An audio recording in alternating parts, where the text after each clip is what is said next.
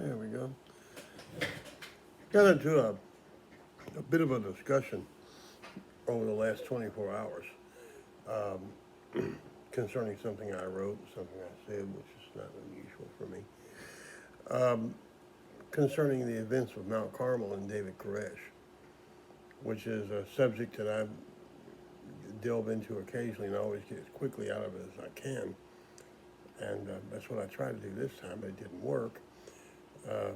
I got onto a page and I had a couple of ladies that got all over me about it because I simply tried to analyze the events of that time in a calm and civilized fashion. Okay. Now, for the record, I believe I met David one time at Lampasas, Texas, during the annual spring hoe, where I would go over with my sons and I would do a show, a music show, and everything. And at one point, I ended up getting sausage on a stick from one of the vendors and everything, and I believe he was there. And we talked briefly while we ate sausage on a stick. It was not a great theological debate, as you would imagine. We mainly talked about sausage on a stick. But going back to that, naturally, the two ladies in question were adamant about David's private life, which I know nothing about except for one incident, and I'll relate here. They naturally call him a monster and this and that and all that kind of stuff, and I naturally trying to pull back and trying to be civilized about it. I try to say, well, you need to look at the situation as it truly was. Now, beginning at the first of it, um, when the sheriff shows up at your door with a warrant for your arrest for anything, what I do myself is I turn around, I let them handcuff me, and I go down to the courthouse and I make bail, and then I lawyer up. That's what any real American will do. That's what you do. You don't question the sheriff for having the warrant. You don't get stupid. Uh, you don't argue, and you certainly don't start shooting at federal agents out the windows. Okay. Well, David didn't do that, and that tells me that he had something in that building he did not want them to know about. Otherwise, I have never forbidden a police officer to walk in my house. In fact, several times I've had police officers say, please come in my house, and they didn't want to come in. Well, that's not necessary. Well, yeah, come on, yeah, but they won't do it. He was hiding something, and I think what he was hiding, in my opinion, this is my opinion now, is he was trying to convert semi-automatic weapons to fully automatic weapons. God knows why. My son Michael was a contractor in Afghanistan, working, connected with the Marines and everything, leading people in and out of dangerous areas. And they always set their rifles on the thing, three-shot thing, where you pull the trigger and it shoots three times. You let go of the trigger and you pull it again and it shoots three more times. It saves bullets, and how much war do you want to make? Okay? So I don't know why David and his cohorts were trying to make fully automatic weapons. I mean, who knows? He was in the farm implement business, I understand, sharpening plows, fixing tractors, and stuff like that. And when you have a uh, factory set up to do that, you can also fix weapons. I mean, I'm not even going to lie to you. That can happen. That can occur. Okay. Now, as far as the religion part, I am, at best, I'm an agnostic. At the worst, I'm an atheist. Okay. I have been studied at Liberty University with my wife Pamela. Baptist theology. I have studied under priests and bishops with Catholic theology, and I have a lot of Islamic friends who teach me about Muslim theology. Okay, and I don't buy totally into any of it. There is a God hole in everybody's head, and you try to replace what you can't explain. You try to explain the unexplainable, and when you can't, well, it's a mystery. It's God. Well, David was a fundamentalist, and the Branch Davidians are a splinter of the Seventh-day Adventist Church. Now, here's their philosophy. Sunday's not Sunday. It's got to be Saturday. That's the Sabbath. And they're all waiting on Jesus to come back. That's, that's about it. That's about it. Whenever you get, and let's define the word cult. Let's define the word cult for a minute, okay? Whenever you hear the word cult, and being from a Mormon family, I'm kind of sensitive to the word cult. What is a cult? People who all believe the same thing and they don't want anybody on the inside that they don't know. That's a cult right there. That's what a cult is. If the Branch Davidians out in Waco were a cult, and they most likely were, then they came upon it honestly. And another thing that I took offense to was the two ladies that were debating me were calling them ignorant and stupid and slovenly and all this kind of. They were not. They were not. There was legal assistants and there was paramedicals in there. There was lots of people. When the CPS investigated them for certain transactions, they were running a school and they were licensed to run that school. Okay, now let's get down to David. David was a charismatic preacher. Yeah, you've all seen him. You've all seen him. You know, hallelujah, hallelujah, hallelujah. You know, you've all seen him. Everything. He did have the Bible memorized. He had it down to a T. He believed in something called the seven seals.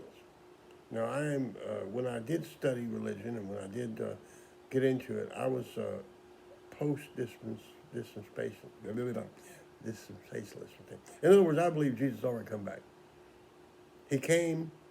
He told the apostles that some here seated here will not die before they see my return. And I truly believe in some form or fashion he did come back. And we've been living in that dispensation ever since, okay? Well, David and other people like him, they subscribe to something where they're all looking up and they're waiting on Jesus to come back and land on the Mount of Olives and take over the world. I personally don't believe that's going to happen. I think it's all done. We're on our own. That's the way it works. His people believed that. They were waiting, and he kept telling them that the government was the devil and the government was going to come after true believers and they were going to do this and they were going to do that and everything. And like our vice president or president-elect says now, son of a bitch, there they were. Excuse me. Two mistakes were made on that day in Mount Carmel when the boys showed up and the room filled up with law. Number one, David walked out. He should have walked out, put his hands on top of his head, surrendered to the authorities. Lawyered up. I mean, that's what he always did before. That's why I think he was probably hiding something in that building he didn't want them to know about. Number two, you would think that the federal agencies, Cedar's up today, Phyllis, the federal agencies that were involved in that event would have had more responsibility than to fire weapons into a building where they knew there were women and children. That probably not what you want to do. Okay, that was a little bit on the stupid side. The assault on Mount Carmel was a travesty. It was bad. It was terrible. It was stupid. It was ill-conceived. It was badly carried out. Doc Holliday could have taken that building quicker than they did, and that's a fact. Okay, that's a fact. The people involved in there, the people around David, directly around David, were basically a bunch of thugs. Okay, that's what they really were. But the other people were elderly ladies, elderly men, women, children, stuff like that. And I truly believe that the reason that David did not allow a lot of them to come out was that he thought that would be a good hostage situation. As long as they were in there, it was kind of like a checkmate. The government couldn't do anything because you had all these kids and these old ladies in there. Okay? As history has shown, it didn't work out. Janet Reno was a psychopath, bigger psychopath than David was. Okay? I'm just saying. That's exactly what we got going. And it ended up with the fire that we all now know what happened. Okay? Was David Koresh a child molester? I don't know. He didn't invite me to the party. Okay. There was one 16-year-old girl whose mother, I believe, was from Australia, who came up, who was enamored with David and hallelujah, all that other nonsense. And her 16-year-old daughter continually hung around in David's room. Nature took its course. Was it right? No. Not legally, no, not technically, no. It wasn't right. Do things like that happen? Yeah. Sure did. Mm-hmm. Um, Older men chase younger girls all the time. I don't because I'm a cripple. I can't run that fast. But it does happen. It does happen.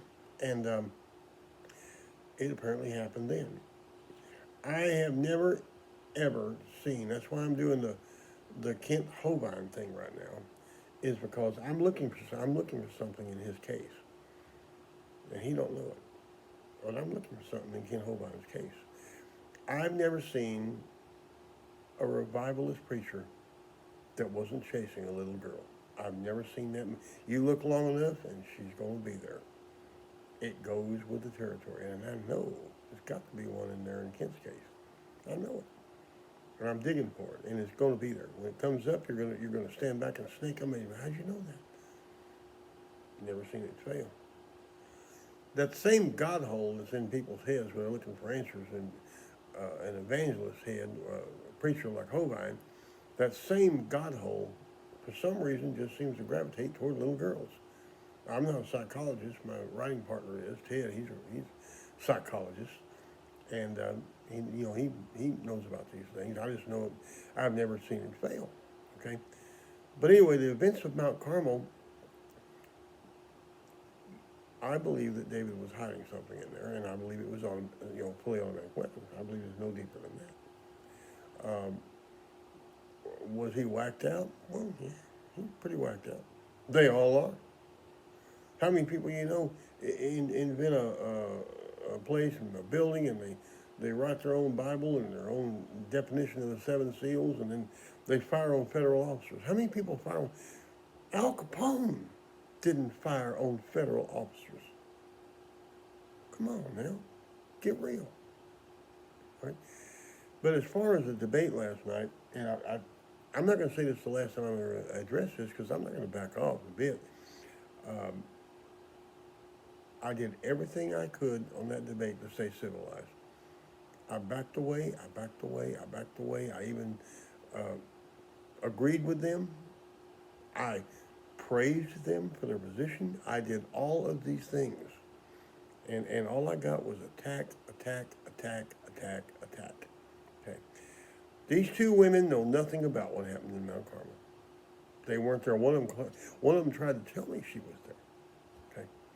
But I happen to know the names of all the survivors, and I did not see her name among the survivors. I may be wrong. I could be wrong. But she didn't seem to know. I told her I was there. I was there. I couldn't get close enough to the building, but I was physically at Mount Carmel. I saw it with my eyes, not on CNN, and I certainly did not construct hypotheses based on some Netflix documentary. I have eaten with what's left of the Branch Davidians, and I want to address that. One lady told me, said, "You've eaten with a monster." I ate a sausage on a stick with him in Lampasas one time. Well, when I say I ate with the Davidians, I mean the survivors, the people who were left, the members of the religion, and me and my wife were up there helping sell some land around that area so they can pay their legal fees and their taxes and stuff like that. And I didn't meet any monsters. And one lady even said, how many teenage girls were there? Lots of them. There were families. The little girls running around serving dinners to us, and they were fetching Coca-Colas, and they were just being like little girls. Okay? And did I sit down and eat with them? Yes, I did. They were just regular, ordinary Christians. They were the survivors. They were the ones that weren't in Mount Carmel. They're the ones that were smart enough to go there. Okay? Was David a monster? Was he crazy? Was he, well, he was put in a position of power that he should have never been put into. He went up there and in several attacks on the powers that be at Mount Carmel, he took control through the sheriff, through the police. Okay? And he really wasn't afraid of a gunfight, from what I understand. So he did that too. But once he got in control, he went megalomania, and that happens. That happens, okay? Did he have multiple wives? Well, hell yeah, he told you. Did he molest little girls? I don't know.